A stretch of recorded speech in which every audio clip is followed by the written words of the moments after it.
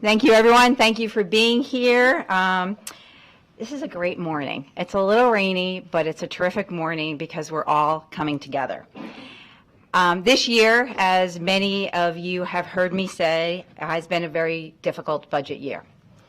We have had to deal with many changes and challenges because of the chaos coming from the White House, as well as the fiscal challenges at the state.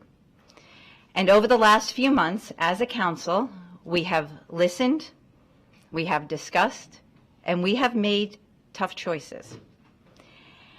We have done what we do best here in Montgomery County when we face challenges and when things are tough. We have come together.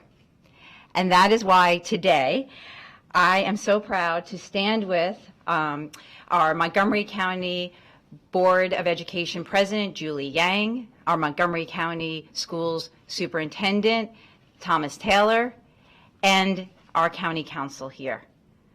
We have Councilmember Glass, Councilmember Katz, Councilmember Fanny Gonzalez, Councilmember Lukey, Councilmember Balcom, Councilmember Lorianne Sales, Councilmember Friedson, Councilmember Albanaz, and unfortunately, because we did throw this together kind of quickly yesterday to share the good news with you all, Councilmembers Mink and Jawando had other prior engagements. But we are all here together.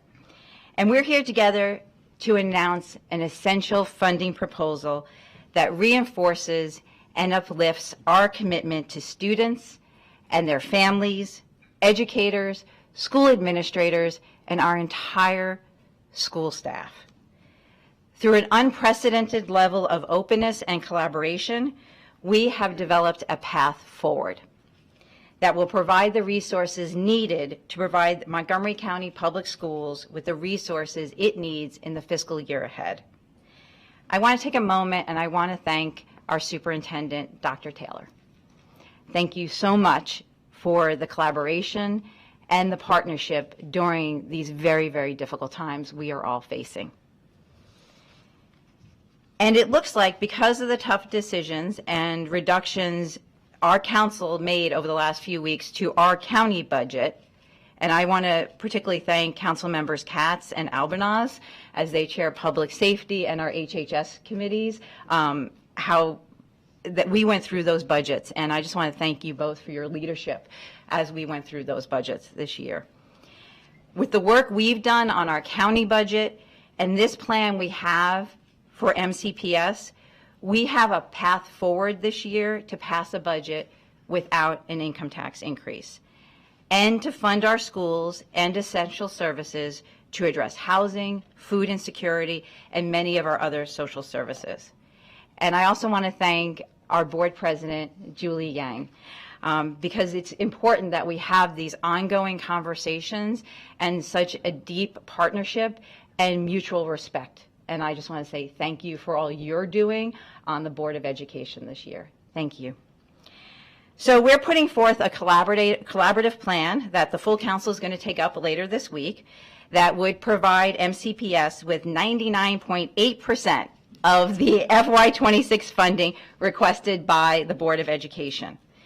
This will provide a budget of more than $3.6 billion for a school system with $2.4 billion of county investment. Specifically, the plan would allow MCPS to receive $50 million, $25 in FY25, and another $25 million in fiscal year 26 by increasing the school system's annual drawdown from the Retirement Health Benefit Trust. This one use of funds in FY25 and FY26 will assist MCPS in meeting its payments for retiree benefits, address any cash flow issues, and make other funds available to MCPS to address its needs as it takes action on its 3-year plan to address escalating healthcare costs. Under this agreement, the county contribution to MCPS for fiscal year 26 would be $210 million over the required maintenance of effort level, which is the required level of per pupil funding that must be maintained by counties in Maryland year over year. I'm going to be honest, this is not a plan during normal times I would have advocated for as my colleague, Councilmember Friedson and Katz, we serve on the Government Operations and Fiscal Policy Committee together, but we are not facing normal times right now. It is very much not normal times, and there are so many challenges we have. And we need to plan for the future as we are also budgeting for today. And this plan moving forward provides the flexibility to MCPS as it looks to plan for its future and fund its next year. And it also allows us here in the county to plan for our future and fund for the essential services we need in the county this year. So we're ensuring that we have in place support system our residents need, and we prepare for the economic fallout that we know political decisions that are happening at the federal and state level are going to have on us. We feel it already. And we know one of our challenges was the shift of pensions from the state to us here locally. But we're helping to address that because that's what you do when you have partners and true collaboration. So today, we take these actions to ensure that we meet the needs of our families, we provide students with the resources needed to succeed, and we put the county and MCPS in a better position moving forward in these uncertain times. Because it's together that we are going to face these uncertain times and ensure that Montgomery County remains a thriving community where all our families are supported. And I just want to thank everyone for coming today. And now it's my pleasure to turn it over to the Montgomery County School Board President, Julie Yang. Good morning, everyone. I'm Julie Yang. Thank you for being here this morning.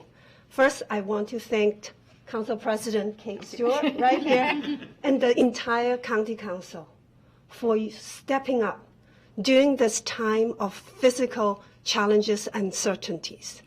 And you have approached this budget with courage, collaboration, and creativity. So thank you from the bottom of our heart. Now, funding our school system is never just a budget decision. It's a value decision. It is a declaration that every student deserves a chance, that public school is the foundation of a thriving and unifying Montgomery County. So thank you so much. Thank you so much. Now, moving forward, we, the Board of Education, understand that we must do careful planning, make tough choices, and have transparency. But this moment, let's celebrate this moment. This moment is the testimony that when we have true collaboration and leadership, we can move forward together. Thank you, everyone. I was going to say, here comes our fabulous superintendent, Dr. Taylor. It's impossible to improve upon Council President Stewart's statement and President Yang's statement. But I do want to say how much we deeply appreciate the creative problem-solving, collaboration, and commitment from the County Council and from the County Council President, Kate Stewart. What she has proposed shows a full understanding of the school system's needs, and I just want to show my appreciation personally on behalf of MCPS to the entire council for asking great questions, for recognizing some of the challenges that we have, and for being just a great partner in this process. We recognize that this is one-time funding, but this gives us important time to continue to evaluate, to plan, and to restructure for long-term sustainability. All of that work is what the school system needs to do. We do need to sit and evaluate and to plan ahead for the future. This also affirms that the needs that we've shared through our budget process for our students and schools have been heard.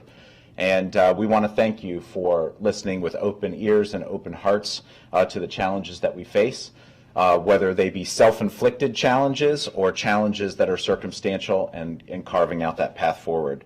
I'm so grateful that I got to grow up and now live in a community that shares its values of supporting public education and that is committed to seeing its community be successful by investing in its future. And so despite our challenges, it's clear that by working together, we can solve a lot of problems. And though this is a far from perfect solution, this fiscal move does use available reserves to bridge this moment of fiscal uncertainty while we work to find a sustainable path forward.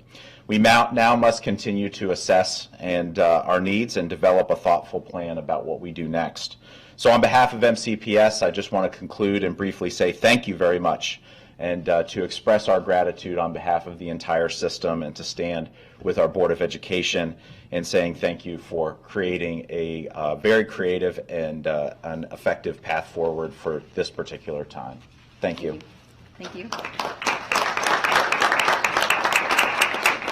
Thank you. And now, if press have any questions? Yes, yeah. So can you talk about this fund, essentially money being pulled from it, correct, for the time being? What does this fund do? Who does it assist, and how much is it right now that they would be getting for the next year? So this is pre-funding for the retiree health benefits, and I'm going to call Dr. Taylor up. So he, since this is MCPS's budget, but basically this is an action that we have taken in the past. We did it last year. We've done it in other years, as we have discussed. And MCPS is working on looking at their health benefits. And in prior years, we've had to, because of cash flow issues, also pull from this fund to make sure that MCPS had enough resources to cover retirees' benefits. The difference that we're doing this year in this plan is we're not just looking at the current fiscal year we're in, but we're planning for next fiscal year to provide as much flexibility and planning for MCPS so they can react to these uncertain fiscal times. Yeah, thank you.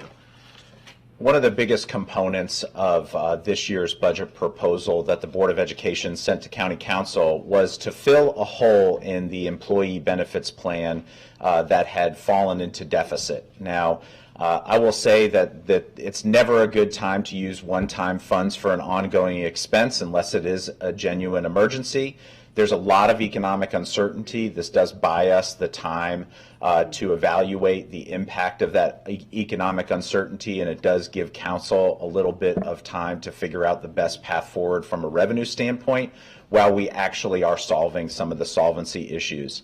This is a self-inflicted wound in terms of planning ahead for an employee benefits plan. It should have never fallen into insolvency in the first place. So this is our county council partners working with the school system in partnership to try and address a long-standing issue. This does help us on the path to moving forward to having a benefits plan that is fully funded. I'd be remiss if I didn't point out that our association partners also stepped up in a really big way this year to help close that gap as well. And it's really the testament of different elements of our community working together to try and address a problem. One of the best features of this approach is that it is using a benefits fund to fund a benefits hole. And that really is an appropriate use of funds. And under normal circumstances, we wouldn't want to use that funding mix, but in this circumstance, it makes good sense. Completely understanding that these are not normal circumstances. Is there any information on now, with this plan included, how much money will be owed, and could taxpayers be looking further down the road at having to see a possible increase to pay once everything has to be paid for? Yeah, I think that's definitely a conversation that we'll have to revisit in the upcoming fiscal year. I think that what we are looking at right now is how do we stop the employee benefits hole from getting any more substantial, and then how do we fill in that gap in the meantime? So I think that's the ongoing conversation that council will have with the school system. We are really excited to engage in that because I think all of us want to find this really long-term sustainable solution.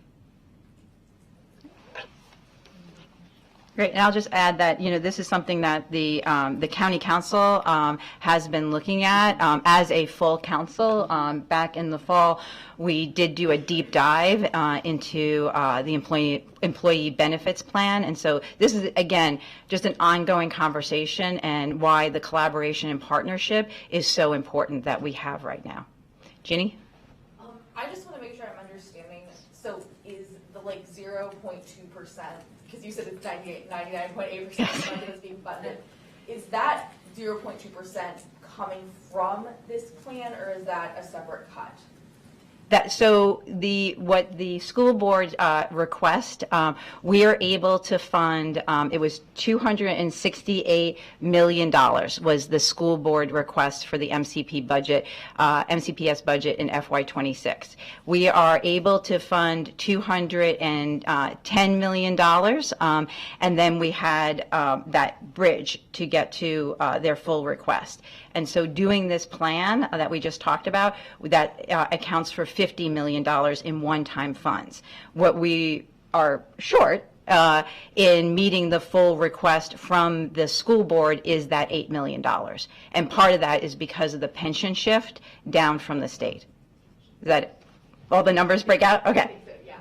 Perfect. And we can follow up afterwards with specific numbers. Any other questions? Yeah. Sorry. It's all right. What were some of the other plans on the table that this is the one you guys all came to? Other plans. So we've been going through, the county council has been going through the budget over the last few weeks. Committees worked hard for a number of weeks, and then we went through our full council discussion. Some of the things that we've been looking at, we have a public hearing later today and a vote tomorrow on the possibility of raising the income tax. The county executive did send over a resolution to increase the income tax retroactively and to increase it from 3.2% to 3.3%. So that was one option on the table to see if that was a feasible path. We think that moving forward, this is a much more doable path for our entire community, for our residents who are feeling stressed, particularly those who have lost their jobs or been laid off because they work for the federal government or their contractors. And it also helps us partner with MCPS as they're looking at their budget in FY26 and, as we've said, looking at their health benefits. Anything else? All right. Well, thank you all. We appreciate you being here. Again, I just want to say thank you to my colleagues because they have been working so hard on this budget. I just want to say thank you to the superintendent and school board president Yang, because this is truly about us coming together and working on behalf of all of our residents here in Montgomery County. So thank you. That's it. We're done.